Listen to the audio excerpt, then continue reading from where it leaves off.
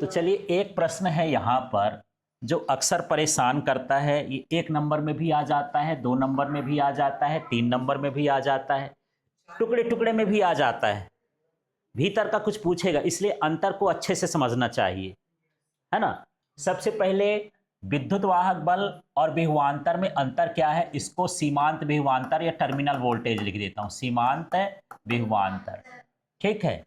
तो देखो, अलग से प्रश्न पूछेगा, खाली स्थान में पूछेगा कि विद्युत वाहक बल किसे कहते हैं, तब भी बनना चाहिए। सीमांत विभवांतर है, तब भी बनना चाहिए। तो देखो क्या कहलाया विद्युत वाहक बल, खुले परिपथ में सेल के ध्रुवों के बीच का महत्तम विभवांतर क्या कहलाता है, विद्युत वाहक बल। परिभाषा अलग से याद करना है, अंतर तो मैं बता ही रहा हूं, अलग से परिभाषा भी आ जाती है। अब खुला परिपथ क्या है, एक सेल ले लो या बैटरी ले लो, बाजार से खरीद लाओ, अब सिर्फ उसको देखो, यूज नहीं करो। तो जब तुम देखोगे तो उसमें लिखा रहेगा कि ये 1.5 वोल्ट है, ये खुले परिपथ का वोल्टेज है। क्या है, खुले परिपथ, इसको किसी से कनेक्ट नहीं किए हो, तो ये इसका क्या कहलाया, विद्युत वाहक बल कहला गया। समझ में आ गया। तो पहला तो खुले परिपथ में, और ये सेल के ध्रुवों, ये जो माइनस प्लस होते हैं इसको क्या बोलते हैं, ध्रुव या इलेक्ट्रोड। तो सेल के इलेक्ट्रोड के बीच का अधिकतम विभवांतर किसमें, खुले परिपथ में, क्या कहलाता है, विद्युत वाहक बल। अब खुले शब्द को बंद कर दो तो क्या कहलाएगा, टर्मिनल वोल्टेज। क्या कहलाएगा, टर्मिनल वोल्टेज कहलाएगा। तो बंद परिपथ में सेल के इलेक्ट्रोडों के बीच का अधिकतम विभवांतर क्या कहलाता है, टर्मिनल वोल्टेज। जैसे अब मैं इससे किसी से कनेक्ट कर देता हूं, मान लो मेरे पास यहां पर रिमोट है, गोल गोल नहीं होता, ऐसे मान लो रिमोट है। अब जब मैं इसका वोल्टेज नापता हूं तो ये 1.1 वोल्ट का हो गया, माने ये वोल्टेज कुछ खा लिया। तो ये जो वोल्टेज अब बता रहा है बंद परिपथ में, वो क्या कहलाया, टर्मिनल वोल्टेज। तो परीक्षा वाले मजा लेते हैं इस प्रश्न बना के। खुले परिपथ में सेल के इलेक्ट्रोडों के बीच का अधिकतम विभवांतर खाली स्थान कहलाता है। क्या कहलाएगा, विद्युत वाहक बल।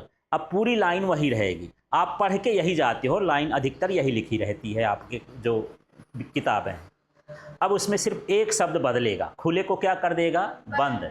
बंद परिपथ में सेल के इलेक्ट्रोनों के बीच का अधिकतम विभवांतर खाली स्थान कहलाता है। वो क्या कहलाया, टर्मिनल वोल्टेज। तो आपको वहां पर यही अब पकड़ना है कि बंद परिपथ लिखा है कि खुला परिपथ। समझ में आ गया। अब देखो, परिपथ भंग होने पर भी इसका अस्तित्व रहता है। भाई इसके साथ कुछ कनेक्ट करो, अच्छा है ना करो, इसमें विद्युत वाहक बल रहेगा। ठीक है। और ये परिपथ भंग कर दिए तो परिपथ क्या हो गया, खुला हो गया। खुले परिपथ में इसका कोई अस्तित्व नहीं रहता। अस्तित्व का मतलब इस धरती में है कि नहीं है, एग्जिस्टेंस बता रहा है। पहली लाइन समझ में आ गई। दूसरी वाला, यदि परिपथ भंग करेंगे तो विद्युत वाहक बल होगा, लेकिन परिपथ भंग करेंगे तो सीमांत विभवांतर, टर्मिनल वोल्टेज या सिंपल विभवांतर वो नहीं होगा। ठीक है, ऐसा भी लिख सकते हो। यह परिपथ के प्रतिरोध पर निर्भर नहीं करता। भैया ये बाहर हम कुछ जोड़ भी दिए हैं तो उसके प्रतिरोध से कोई लेना देना नहीं, वो तो बोलता है कि सब हटा दो, फिर मुझे नाप के देखो कि मैं कितना हूं। ठीक है। तो वो क्या कहलाया, ये परिपथ के प्रतिरोध पर निर्भर नहीं करता। अब इसका ऑप्शन बना देता है परीक्षा में कि विद्युत वाहक बल खाली स्थान पर निर्भर नहीं करता है। ठीक है, वहां ऑप्शन दे देगा धारा पर, प्रतिरोध पर, और कुछ ऐसे बना देगा। तो कहां पर रहेगा, प्रतिरोध पर। और ये परिपथ के प्रतिरोध पर निर्भर करता है, करता है।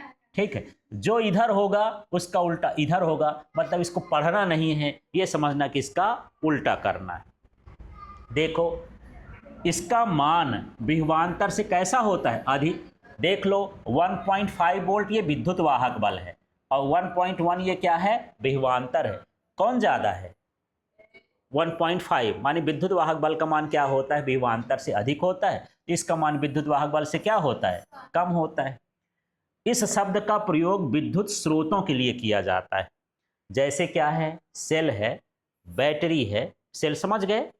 अब जब बहुत सारे सेल जुड़ते हैं तो क्या बनता है, बैटरी।